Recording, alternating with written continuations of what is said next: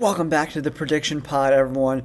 Here we are in week 5 of the NFL. It has been an absolute insane first 4 weeks of the NFL season. Huge upsets, big surprises. Let's get into all the week 5 games. All right, we kick off week 5 with the Bears at the Commanders. The Commanders played really well against the Eagles last week. They were extremely impressive. And if it wasn't for a few referee calls, they could have potentially won that game in Philadelphia, which is always a really tough place to play. I think the Bears will go to 0-5 for sure. Some of the injury reports: safety Eddie Jackson expects to play Thursday night after missing the last 2 weeks. Tevin Jenkins also might suit up this week as he returns from IR. He's still questionable, so they're not 100% sure whether he will play or not. But the Commanders are coming in this game pretty healthy. Sam Howell looked a lot better last week against the Eagles as opposed to the week before against Buffalo. He almost has 1,000-yard passing this season. That touchdown to interception ratio is not very good. 4 touchdowns to 5 interceptions. Not so great. The Bears, man, Justin Fields, he doesn't have a lot to work with there in Chicago. They're looking at another number 1 pick. I think they go to 0-5. I like the Commanders to start that winning record. They can move to 3-2 with a home victory over the Bears. I like the Commanders in this 21-13. Kicking off Sunday games, we have the Jacksonville Jaguars still in London taking on the Buffalo Bills. The Jaguars have been there from last week, so they don't have to travel. So the Bills have to go across the pond to London to play the Jaguars. Jaguars even their record at 2-2, and the Bills moved to 3-1 after that dominant performance over the Dolphins. They looked incredible. Josh Allen is really humming right now. 1,000 yards on the season, 9 touchdowns to 4 interceptions, and they're really getting a lot from the running game. Cook, 56 carries for 300 yards and a touchdown, and Diggs is Diggs. 31 receptions, almost 400 yards. He is an absolute stud with 4 touchdowns. The Jaguars' offense is starting to come along, but I'm not sold on their defense. If Josh Allen, the defensive lineman from the Jaguars, doesn't show up, they're not getting a lot of help anywhere else. I think the Bills dominate this game, 27-14 for Buffalo. The Texans had a big win last week, and the Falcons are 2-2 playing at home.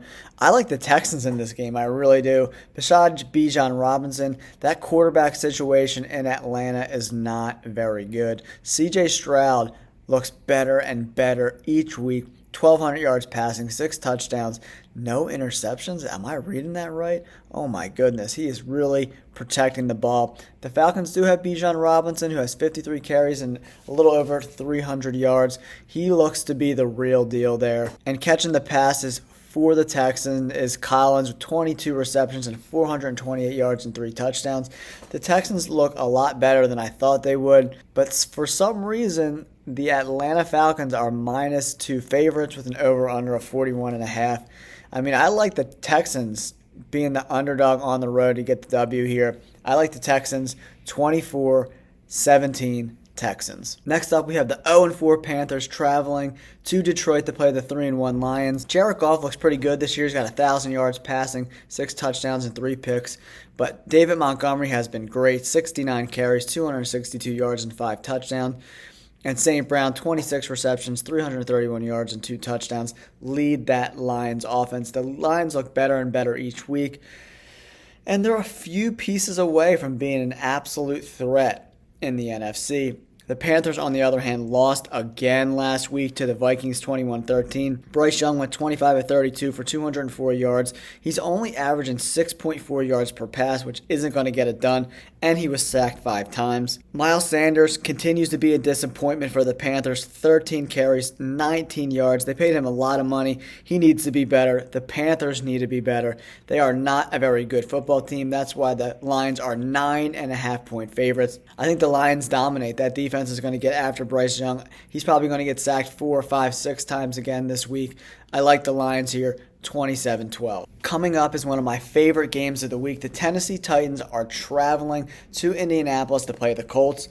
The Titans are Jekyll and Hyde. They look like Super Bowl contenders at home, and they look like they have never played football in their lives when they're on the road. Something's got to give. The Titans are 0-2 on the road, and the Colts are 0-2 at home. So either the Colts are going to get their first home win or the Titans will get their first road victory. Ryan Tannehill I have no faith in at all whatsoever. 788 yards, 2 touchdowns, 4 picks, 2 touchdowns to 4 interceptions. That touchdown to interception ratio is absolutely terrible. Derrick Henry, if you give him space to run, is still an elite running back. 73 carries, 285 yards, and 2 touchdowns. He proved last week that he can still be the man in Tennessee. He had 22 carries for 122 yards and a touchdown. But Tannehill, 18 for 25, 240, 1 touchdown and a pick. I have no confidence in Tannehill at this point in his career at all whatsoever. If the game's on the line, he's definitely a guy I do not trust at all. But the Bengals are an absolute dumpster fire. They looked good against the Rams, but they showed their true colors again against the Titans, who looked terrible the week before. Getting blown out 27-3 is absolutely insane. The Colts are, performing a lot better than I think a lot of people thought. They have a 2-2 record. They lost a very close game to the Rams, a game they probably should have won. They should be 3-1 right now. Matt Stafford did have a good game against that defense, 27-40 for 319 yards. Stafford can throw the ball down the field for sure. Anthony Richardson, not a great game at all, 11 for 25. Yikes, dude. That's fucking terrible. That's like 35%. He was also sacked twice. He did have 2 touchdown passes, but they ran the ball very effectively. 31 team carries for 133 yards. That's 4.3 yards a clip. That's very, very, very impressive. But their receiving core, Ogletree, Pierce, Pittman, not the best people to throw to, but Anthony Richardson's got to be better than that. 11 for 25. I don't know. It's hard to predict this game because we don't know what Tennessee Titans team is going to show up. The line says that they're -1 favorites. This is a game from a betting perspective I would avoid like the plague. I have no idea who's going to win this game.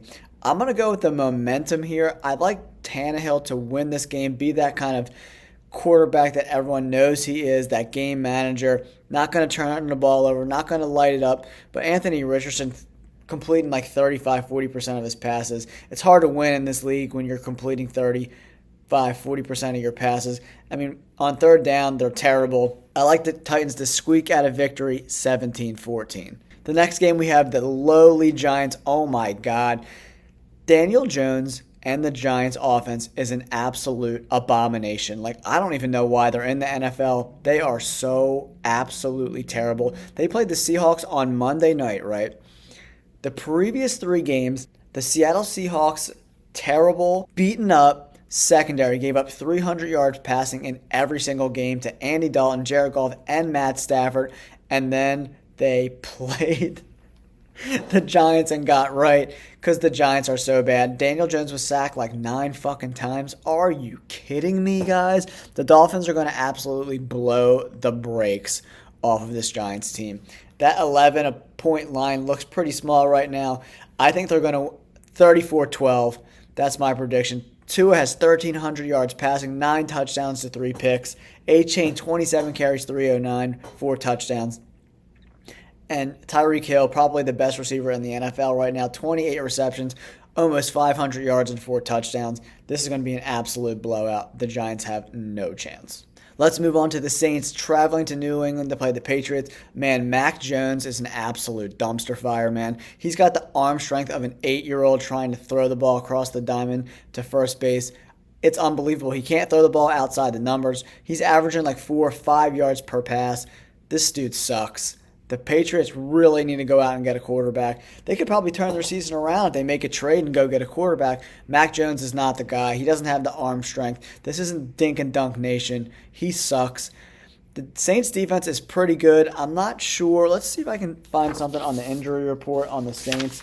It says starting right guard Cesar Ruiz was inactive on Sunday due to a concussion he suffered in Week 3. Hurst moved to right guard with Andres Pete filling in on the left side. However, Pete suffered a concussion of his own. Hurst moved back to his natural position, and Max Garcia came in to play right guard. So the Saints are very banged up on the offensive line. It's tough to evaluate concussions. The NFL is still not great at it. We'll see what happens with the quarterback position if Derek Carr comes back. But man, the Saints are banged up. Can the Patriots get right against this banged up team? I don't know. The Patriots have their own injuries. They suffered a pair of huge injuries on defense in week 4. Matthew Judon is out for at least 2 months after undergoing surgery to repair that torn bicep. Judon has been the Patriots' most prolific pass rusher in recent years, totaling over 60 quarterback pressures in 3 of the last 4 years. They also lost rookie cornerback Christian Gonzalez, who's been absolutely great. It says he tore his labrum, but they also said it was a dislocated shoulder, so he's going to miss multiple weeks, if not the rest of the season. And they expect slot corner Miles Bryant to slide outside and replace Gonzalez in the Patriots' base defense. He struggled also on Sunday. 7 targets, all completions for 65 yards and a touchdown. So this is another battle of 2 very bad teams. I just don't like Mac Jones against any team. I think the Saints defense will probably be a little bit too much to handle for a banged up Patriots team. I like the Saints here. It's going to be low scoring, 17-14 Saints. Tom Brady all those years and even Jimmy Garoppolo spoiled the Patriots. Now they see Mac Jones, and this dude can't even throw the ball outside the numbers. He looks like a high school quarterback. The dude sucks. Let's move on. This is always a good game, Ravens versus the Steelers, but the Steelers looked absolutely horrible last week. Kenny Pickett exited Sunday's game early due to a knee injury, but Tomlin expects his quarterback to be active in practice in some capacity on Wednesday. And if they don't go with Pickett, they got Mitch Trubisky as their backup quarterback, so it doesn't get much better. I don't know. Pickett didn't look good while he was playing. 803 yards on the season, 4 touchdowns, 4 picks. I think the Ravens go on the road in Pittsburgh and get a W here, 24-14. The Ravens, they don't look great either. They're just a better team. The Steelers' defense is pretty good, but they didn't play well last week at all. If your offense can't move the ball and your defense lives on the field, they're going to get tired. They're going to get worn out, and I see that's how this game is going to play out, and I think the Ravens take it pretty easily. Here we go, guys. One of the most fun games of the week is the Eagles at the Rams. The Eagles didn't look great last week. They won a nail-biter against a Washington Redskins team that got blown out the week before by the Bills. The Eagles' defensive coordinator, Sean Desai, he really has no idea what he's doing. He's a rookie defensive coordinator, and he sucks pretty huge balls. I mean, they have an elite defense. They have elite corners and elite defensive line. There's no reason on fucking planet Earth they should have got shredded by Sam Howell and the goddamn Redskins. He should be embarrassed by that performance from his team. I don't know what he's doing, but he's going to have to get that defense right because Matt Stafford and Puka Nacua, they are going to throw the ball down the field, and if the Eagles don't get their shit together, they could lose this game.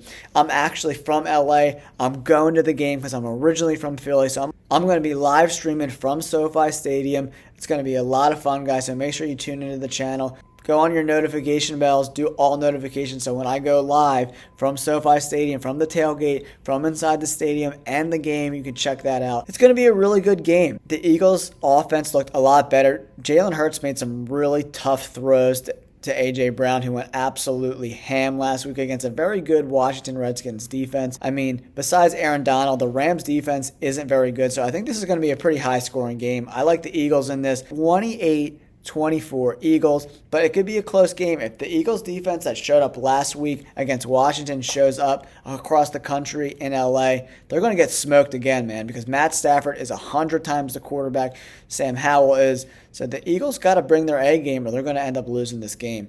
But I think they're going to get the W. It's going to be close, but I think the offense for the Eagles is going to be a little bit too much for this Rams defense. Hurts has been getting the ball out quick. And if he can get the ball out quick, they can establish the run with DeAndre Swift, who has been absolutely incredible this year. It should be a really fun game either way. I like the Eagles to get the W, though. Next, we move on to another afternoon game. The Bengals travel into the Cardinals. The Bengals looked so bad last week. I had a lot of bets on them. I thought they were going to play way better against the Titans than they did. They got absolutely blown out and embarrassed. That team is in absolute shambles. I think the locker room is starting to get a little contentious. Jamar Chase went on to the media after the game and was saying how open he was all the time. And Joe Burrow and that offensive line are not getting him the football. And the Cardinals have been playing hard. And Jonathan Gannon is a defensive coordinator, so he's going to scheme up to put a lot of pressure on this offensive line and Joe Burrow. And I like the Cardinals. I think the line's right at -3. I think the Cardinals win this game 21-10 This Bengals offense is just not firing. They're getting sacked. Joe Burrow's on one leg. They only got Jamar Chase really getting the ball. He's not spreading the ball out. They're not running the ball well with Mixon. I like the Cardinals here because that offensive line is absolute trash. We have another battle of the bums. The 1-3 Jets travel to the 1-3 Broncos. The Broncos are going to have a tough time with this Jets defense. The Jets are 1-3, but they almost stole a game at Kansas City last week. Zach Wilson looked a lot better last week than he ever has. But if you look at Russell Wilson's stats, 1,000 yards, 9 touchdowns to 2 interceptions, he looks pretty good. It's the Broncos' defense that's been an embarrassment. So this is going to be a really tight game. I was originally thinking the Jets were going to squeak it out, but I don't know. If Zach Wilson can play like he played last week, the Jets have a definite chance to win this game. I'm going to go with my initial thought. I think the Jets win this game 17-10. I think their coach, who's really been impressing me, is finding out ways to use the skill set that Zach Wilson has to move the football. And the Broncos are so inconsistent, man. You don't know what team's going to show up when. They just don't seem like a team that's hungry to win. They know they're not going to the playoffs, so they're playing like that, right? And the Jets are a young, hungry team, and I'm going to go with the young, hungry team to get the W on the road. The Jets are going to surprise some people and get a road victory here. The last afternoon game is the Kansas City Chiefs on the road playing the Minnesota Vikings. The Vikings suck. Kirk Cousins, he's going to throw for 1,000,000 yards like he always does, but he always finds a way to lose games. I have no faith, if there's 2 or 3 minutes left on the clock in the fourth quarter, that Kirk Cousins is going to go down the field, complete all his passes, not turn the ball over, and lead his team to victory. I'll take Patrick Mahomes and Travis Kelce over the Vikings, 99 out of 100 games. I like the Chiefs here, 27-17 Chiefs to get the road victory. Mahomes looked not super great against the Jets last week, but the Jets defense is really good. But the Vikings defense, they like to blitz a lot. If you blitz a lot against Patrick Mahomes, he's going to get that ball out fast, and he's going to absolutely shred the Vikings. I like the Kansas City Chiefs to go on the road and cover that 4-point spread. And then we move on to the Sunday game of the week, which is absolutely the best game of Week 5. The Cowboys on the road to play the 49ers. The Cowboys were great last week. They were terrible the week before against Arizona. We're going to really see who this Cowboys team is when they travel on the road to San Francisco playing the undefeated San Francisco 49ers. Brock Purdy has yet to lose a regular season game, and Christian McCaffrey is the MVP of the NFL right now. 80 carries, 450 yards, 6 touchdowns. The dude's an absolute stud. We don't know what Cowboys defense is going to show up. They were terrible against Arizona, but they look like world beaters again last week. I like the 49ers here. I think they get it done. It's going to be a lot of fun. Dak Prescott, he's on a shot clock in Dallas. Trey Lance is breathing down his neck. So we'll see what happens. He's not been great this year. He's been okay. Dak Prescott has not put a stamp on a game yet where you're like, okay, Dak Prescott's here. This is his team, and he's for real. The 49ers got a killer defense and even better offense, and that's why I think they get the W here. We have 4 teams on the bye this week. We have the Browns, Chargers, Seahawks, and Tampa Bay all getting the week off. And then on Monday night, we have the Green Bay Packers going on the road to take on a 1-3 Raiders team. This Raiders team is up and down, as is the Packers team. They kind of came back down to earth last week. But Love is a good quarterback. The Packers team in general is starting to get a little more healthy. So I think they go on the road. They go to 3-2, get the W here, 23-17 Packers. Let me know in the comments below, do you agree with some of my picks? Am I an absolute dipshit, or am I right on the money? Thanks for tuning in, guys. Don't forget to like and subscribe. And we're going to be going live from SoFi Stadium for the Eagles to take on the Rams. So make sure you tune into that. Thanks again, guys. We appreciate you tuning in.